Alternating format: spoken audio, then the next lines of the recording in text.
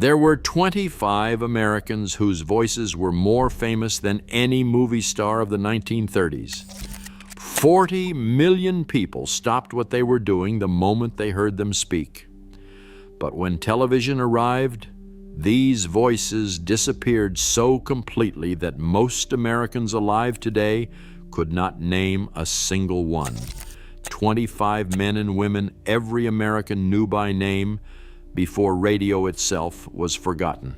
Before we get into it, hit subscribe so you do not miss our next look back at things America lost. Number 25. Graham McNamee. In 1923, Graham McNamee walked into a radio studio in New York on a whim during a break from jury duty and asked if he could audition.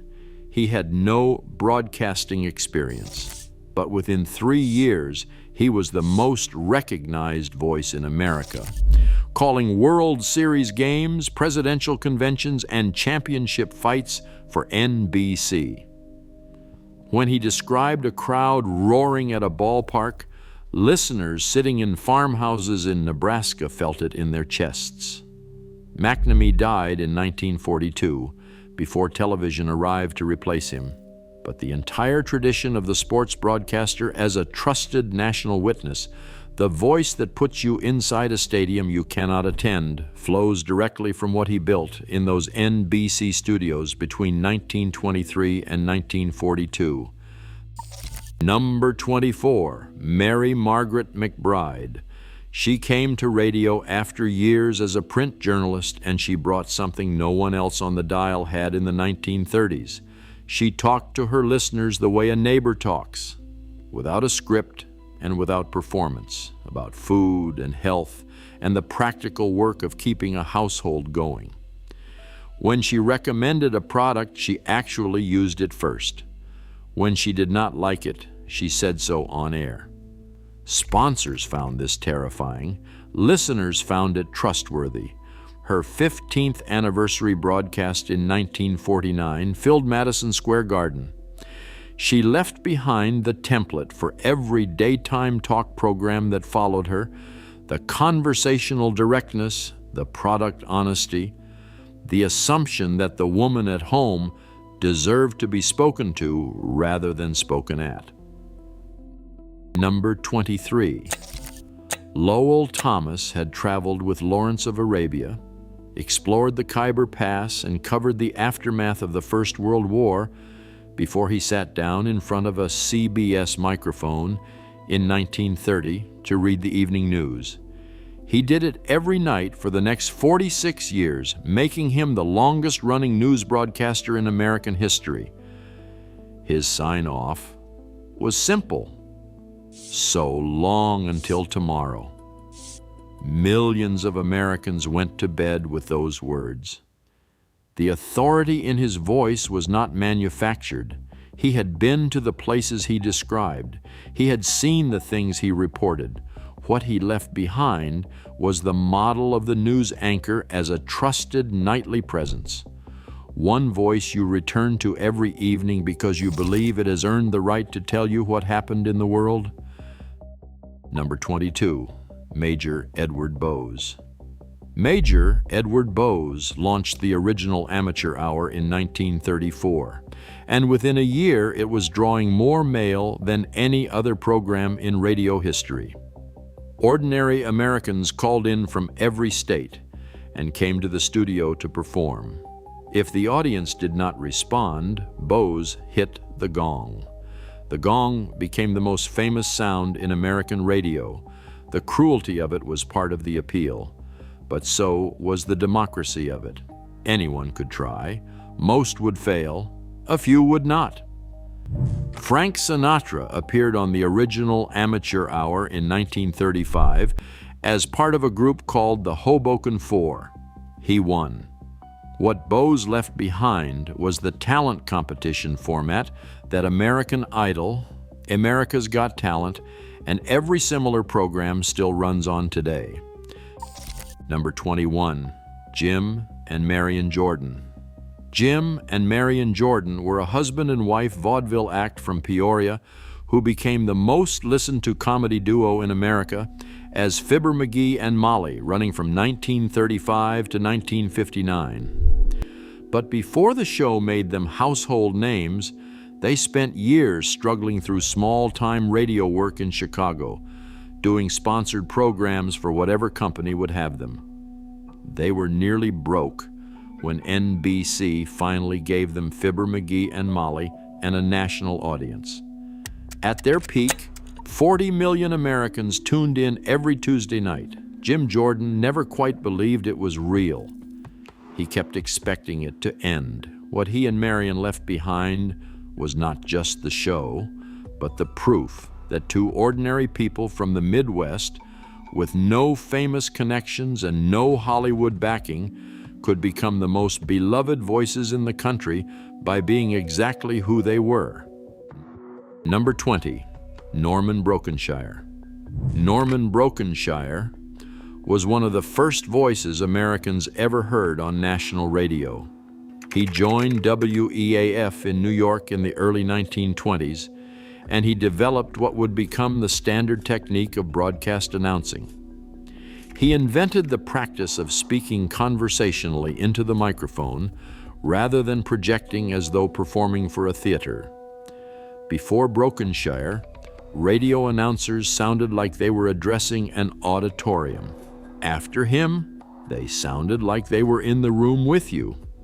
He struggled with alcoholism throughout his career, and he was fired from multiple networks because of it. But the technique he established never left the medium. Every broadcaster who has ever spoken quietly and directly into a microphone, as though talking to one person rather than millions, is using what Norman Brokenshire figured out in the early 1920s. Number 19, Kate Smith.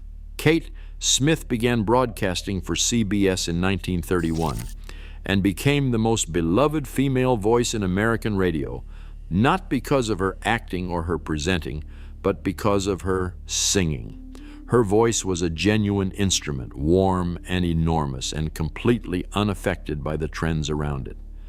She sang God Bless America so many times and so definitively that Irving Berlin, who wrote it, said he thought of it as her song.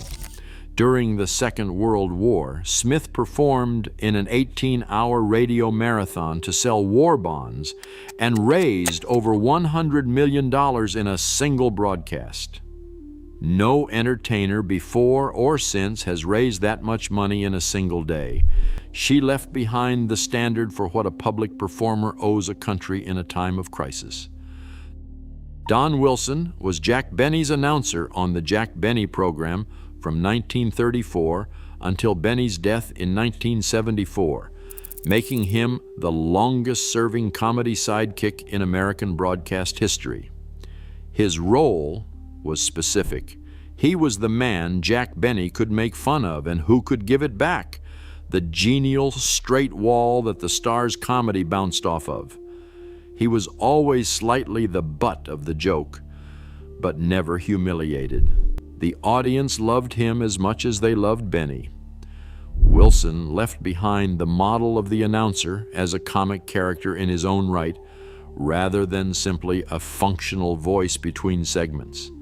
Every talk show sidekick and every comedy partner who plays the loyal foil to the star is working in the tradition that Don Wilson and Jack Benny built over 40 years. Number 17, Fanny Brice.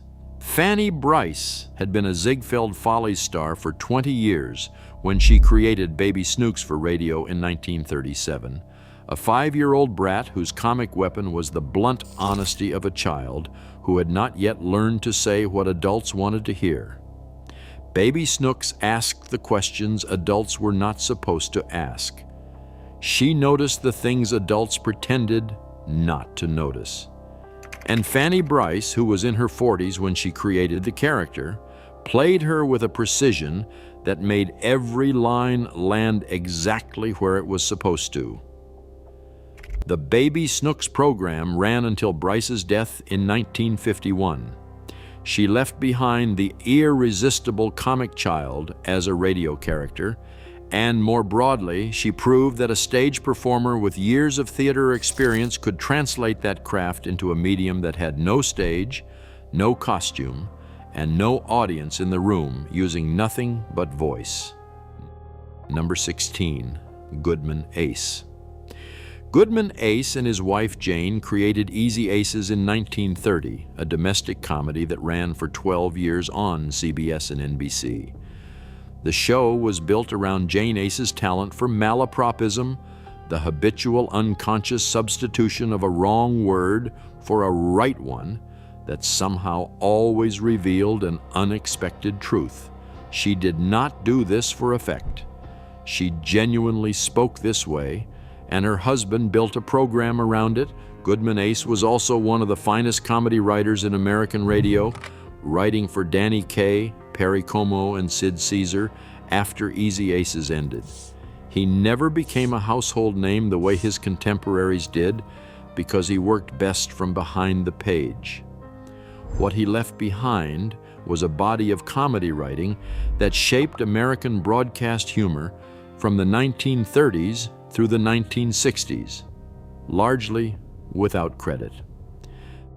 Milton Cross was the voice of the Metropolitan Opera on American radio from 1931 until his death in 1975, a span of 44 years.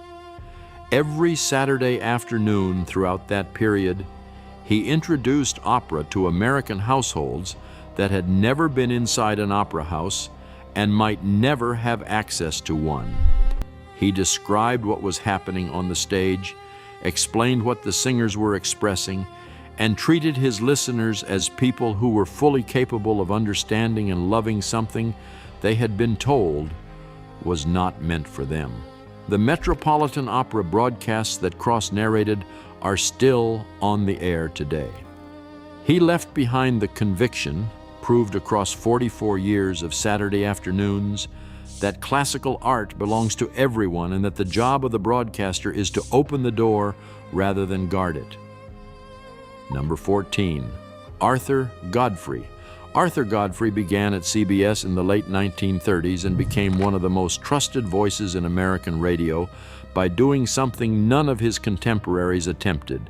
He read his advertising copy the same way he delivered his program, conversationally and honestly, sometimes adding that he had not tried the product himself or that he was not sure it was worth the price. Sponsors were horrified. Listeners responded by buying whatever he mentioned, regardless of his reservations, because a man who admitted doubt seemed like a man who could be trusted. By the late 1940s, Godfrey was responsible for 12% of CBS's total revenue. He left behind the model of the honest commercial, the counterintuitive discovery that the fastest way to sell something on radio was to sound like you might not be entirely sold on it yourself. Rudy Vallee was the first American singer to become famous entirely through radio, before records and before films made him a household name. He developed his intimate crooning style in live venues by using a hand megaphone to project his thin voice across loud halls, and when he moved to radio, that same quiet, conversational delivery translated perfectly to the microphone. He began broadcasting from the Hi-Ho Club in New York in 1928, and within a year was receiving more fan mail than any entertainer in the country. Women wrote to him in the thousands every week. Some sent photographs, some sent locks of hair. None of them had ever seen his face. What Vallee proved was that radio could manufacture a star from nothing but sound. No stage presence required, no physical appearance required, just a voice and a style that people wanted to return to.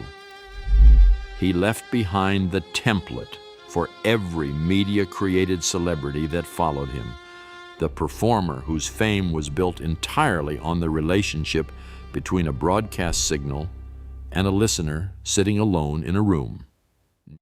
Number 12, Uncle Don Carney. Uncle Don Carney ran a children's radio program on WOR in New York from 1928 to 1947. That was 19 years of nightly broadcasting to the children of the Northeast. His format was simple.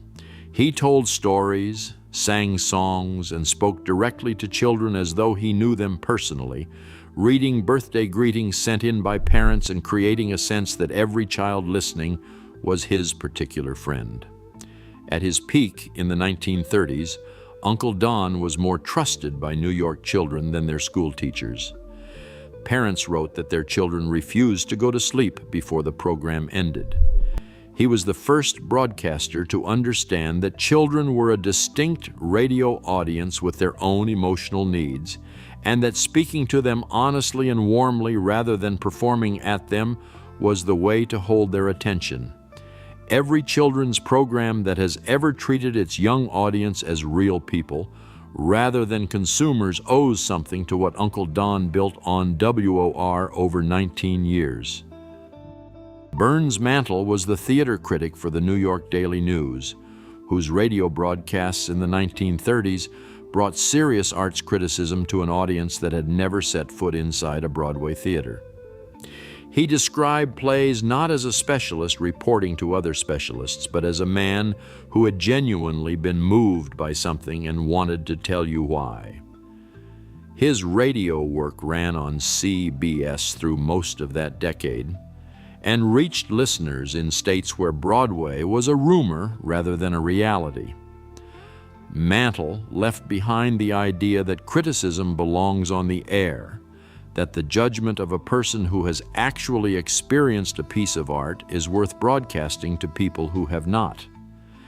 Every radio and television arts program that has ever treated its audience as capable of engaging with serious culture is working in the tradition he established. Gertrude Berg created, wrote, and performed The Goldbergs beginning in 1929, playing Molly Goldberg, the warm and resourceful matriarch of a Jewish immigrant family in the Bronx.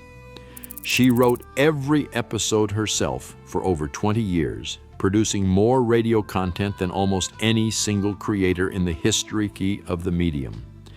The show ran continuously on NBC and CBS through the Depression and the Second World War, and at its peak drew 30 million listeners. Berg was the first woman to create, produce, write, and star in her own radio program. She was also one of the first Americans to make Jewish immigrant life a subject for mainstream entertainment, treating it not as exotic material, but as recognizable human experience. She left behind the precedent that a woman could control every element of her own broadcast career, and that the stories of immigrant communities belonged on the national airwaves as much as any other American story. Number 9, Edwin C. Hill. Edwin C. Hill was a newspaper journalist who moved to CBS Radio in the 1930s and became one of the most trusted news voices in America with his program, The Human Side of the News. He was not interested in the official version of events. He was interested in the specific human details that official versions left out. What did the man's hands look like? What was the room like where the decision was made? What did the people involved eat for breakfast on the morning everything changed? Hill understood that the most important facts in any story are often the ones that do not appear in the lead paragraph of a wire report. He left behind the feature journalism approach to broadcast news, the understanding that a story becomes real to a listener only when it contains the kind of detail that makes them feel they were present at something rather than merely informed about it. Number 8, Freeman Gosden and Charles Correll. Freeman Gosden and Charles Correll created Amos and Andy in 1928, but what is less remembered is the physical discipline of what they did. For the first decade of the program, they performed every episode themselves, voicing over 170 characters between them, broadcasting 6 nights a week without a script in front of them, working entirely from memory and from the kind of improvisational chemistry that only comes from 2 people who have spent years performing together in traveling vaudeville shows across the American South. If you enjoyed this video, subscribe and watch the next video above. They were not just writers and performers. They were a production operation run by 2 men, and they did it every night for a decade at a pace that no broadcaster before or since has matched. They left behind Amos and Andy, but more than that, they left behind proof that 2 ordinary performers with enough discipline and enough time spent in cheap hotel rooms learning their craft could build something that 40 million people would stop their lives to hear. Number 7. Lowell Thomas Jr. Lowell Thomas Jr. carried his father's tradition of the eyewitness broadcaster into the Second World War and beyond, covering the Alaskan wilderness and the Pacific Front for CBS Radio, and later becoming one of the first broadcasters to report from the roof of the world in Tibet. But what distinguished him from his father was not geography. It was the willingness to broadcast from places where the equipment barely functioned and the communication lines were unreliable. Under conditions that would have sent most broadcasters back to the studio, he left behind the tradition of the field broadcaster who goes where the story is, regardless of whether the technology supports it. He also left the understanding that a voice breaking up over a bad connection from somewhere real carries more authority than a perfect signal from somewhere safe. Number 6. Hildegard. Hildegard was a cabaret singer from Wisconsin who became one of the highest paid female performers on American radio in the 1930s and the 1940s. Known as the incomparable Hildegard, a name she gave herself and which nobody argued with. She broadcast regularly on CBS and NBC, performed in the finest supper clubs in New York, London, and Paris, and cultivated an image of elegant European sophistication that was almost entirely constructed. She was born Hildegard Loretta Sell in Adel, Wisconsin. Her parents were German immigrants. She built her persona from scratch with the help of her manager, Anna Sozenko, who wrote her signature song, Darling, je vous aime beaucoup, specifically to reinforce the French mystique. What Hildegard left behind was the proof that radio could carry a complete fiction of identity, that a performer from rural Wisconsin could become a figure of international sophistication simply by deciding to be one, and broadcasting that decision loudly enough for long enough. Number 5, Paul Whiteman. Paul Whiteman was called the King of Jazz in the 1920s and the 1930s, a title that serious jazz musicians disputed then and dispute now, but which 50 million radio listeners accepted without argument. He led one of the most popular dance orchestras in America, broadcast regularly on NBC, and was the single figure most responsible for bringing jazz-inflected popular music to the middle of the American mainstream. In 1924, he commissioned and premiered George Gershwin's Rhapsody in Blue at Aeolian Hall in New York, a moment that changed what Americans understood jazz and classical music to be. His radio broadcasts brought that musical sensibility into living rooms across the country throughout the 1930s. He left behind a version of American popular music that absorbed jazz without being jazz, swing without being swing, and gave millions of people who would never have set foot in a jazz club a musical sophistication they did not know they had acquired. Number 4, Ezra Stone. Ezra Stone played Henry Aldrich on The Aldrich Family from 1939 to 1953, creating one of the most beloved teenage characters in American broadcast history.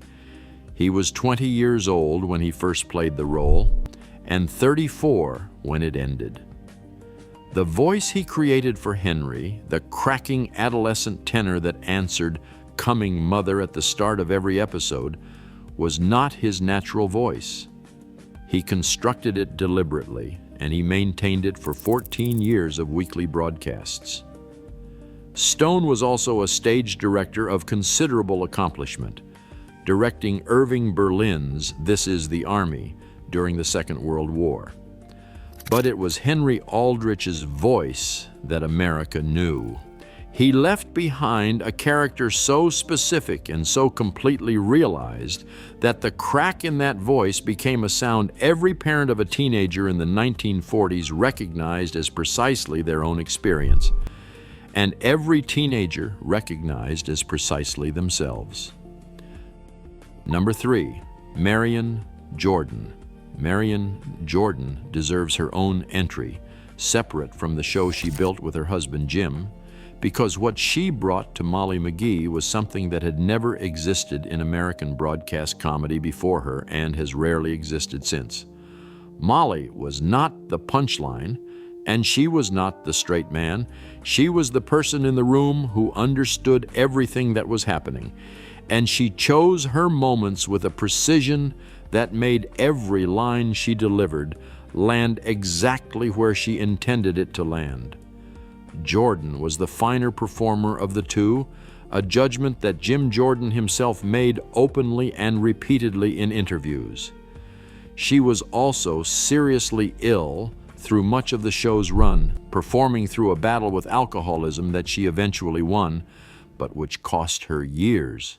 The warmth that audiences heard in Molly's voice was not performed. It was what remained when everything else had been burned away. She left behind the standard for the grounded female character in American comedy, the woman who is not defined by her relationship to the man next to her, but who chooses to be there anyway. Number 2, Norman Corwin. Norman Corwin was not a performer. He was a writer and director at CBS who produced a series of radio broadcasts in the late 1930s and 1940s that demonstrated what the medium could do when someone treated it as a serious art form rather than a delivery mechanism for entertainment. His broadcast, On a Note of Triumph, written to celebrate the Allied victory in Europe and aired on May 8, 1945, reached 60 million listeners and became one of the most listened to dramatic broadcasts in American radio history. Corwin wrote with the understanding that words heard rather than read land differently in the body, that a sentence spoken aloud in a particular rhythm at a particular moment creates an emotional experience that no printed page can replicate. His scripts for CBS were studied in universities. He was awarded the Peabody Award, the highest honor in American broadcasting, and remained one of the few figures in radio history about whom virtually nobody has said a critical word. He left behind the proof that radio was capable of art, not just entertainment, and that an audience of 60 million people was willing to stop and listen to something that was trying to be genuinely beautiful rather than merely diverting. Number 1, Edward R. Murrow. There were voices more beloved than Edward R. Murrow. There were voices more listened to. There were personalities who drew larger audiences, held them longer, and made them laugh harder. But there was no voice in American radio history that mattered more. He began broadcasting for CBS from London in 1937. He was standing on a rooftop during the Blitz in 1940, transmitting the sound of German bombs falling on the city, while his voice remained level and precise, entirely without drama. He understood that the most powerful thing he could do was simply describe what he saw and let the reality of it do the work. He began each broadcast with the 3 words, "This is London." 3 words, followed by whatever the truth happened to be that night. He believed that broadcasting carried a responsibility that most of his contemporaries did not take seriously enough. He believed that the audience deserved to know what was actually happening in the world, not a managed version of it, not a comfortable version of it, but the actual thing. And he delivered that belief every night for the next 2 decades, from London during the war, from Korea afterward, and from his CBS studio when he broadcast the documentary that ended Joseph McCarthy's hold on American public life in 1954. Murrow was not the most famous voice in American radio. He was the most necessary one. What he left behind was not a format or a technique or a persona. He left behind the standard, the understanding that a broadcaster's first obligation is to the truth of what they are witnessing, and that everything else, the career, the ratings, the relationships with powerful people, comes after that. 25 men and women spoke into a microphone, and they shaped how America understood itself. The box with the glowing dial is gone now, but everything that came after it, every screen, every speaker, every device that carries a human voice into a room is still trying to do what they did. If you enjoyed this video, subscribe and watch the next video above.